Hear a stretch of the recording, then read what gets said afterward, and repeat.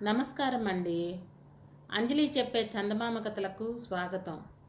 కథ తేడా. పిల్లలు, కథ మొదలు పెడదామా? ఒక గ్రామంలో సుబ్బారాయుడు అనే ఆస్తిపరుడు ఉండేవాడు. ఎవరి కష్ట సుఖాలతోనూ ఆయనకు నిమిత్తం లేదు. తనకేదన్నా కలిసి వచ్చేటట్టుంటేనే ఏ విషయంలోనైనా జోక్యం కలిగించుకునేవాడు. ఆ ఊళ్ళోనే రాముడనే పేదవాడు ఉండేవాడు. వాడు అందరికీ తల్లో నేలకలా ఉండి ఎన్నో విధాల సహాయపడుతూ ఉండేవాడు. అందుకు వాడు ప్రతిఫలం కూడా ఆశించేవాడు కాదు. కానీ గ్రామస్తులు వాణ్ణి కనిపెట్టుకుని ఉండి అవసరం వచ్చినప్పుడు ఆదుకునేవారు. ఒకసారి రాముడు ఏదో పని మీద దూర గ్రామం వెళ్ళి చాలా రోజుల పాటు తిరిగి రాలేదు. వాడు లేకపోయేసరికే చాలామందికి చెయ్యి విరిగినట్టయింది. రాముడు ఎప్పుడు తిరిగి వస్తాడో ఏంటో, వాడు ఇంకా ఎందుకు తిరిగి రాలేదబ్బా, ఇలా జనం అనుకోవటం సుబ్బారాయుడు విని ఆశ్చర్యపోయాడు.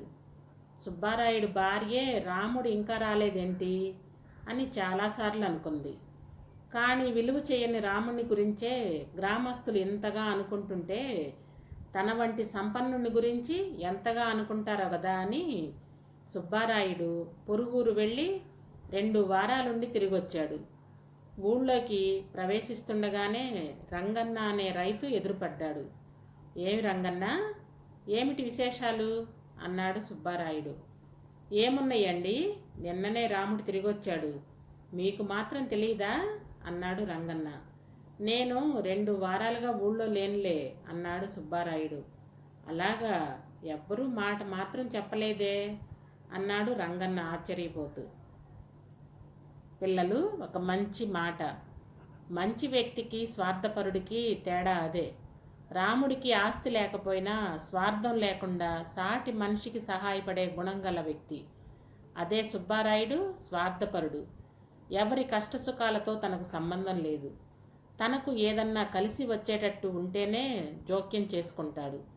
అందుకే ఆ ఊరు ప్రజలు రాముడు లేని లోటు తెలుసుకున్నారు. అదే సుబ్బారాయుడు ఉన్నా ఒకటే, లేకున్నా ఒకటే, ఎవ్వరూ గమనించలేదు. అదే మంచికి చెడుకి ఉన్న తేడా. కథ సమాప్తం.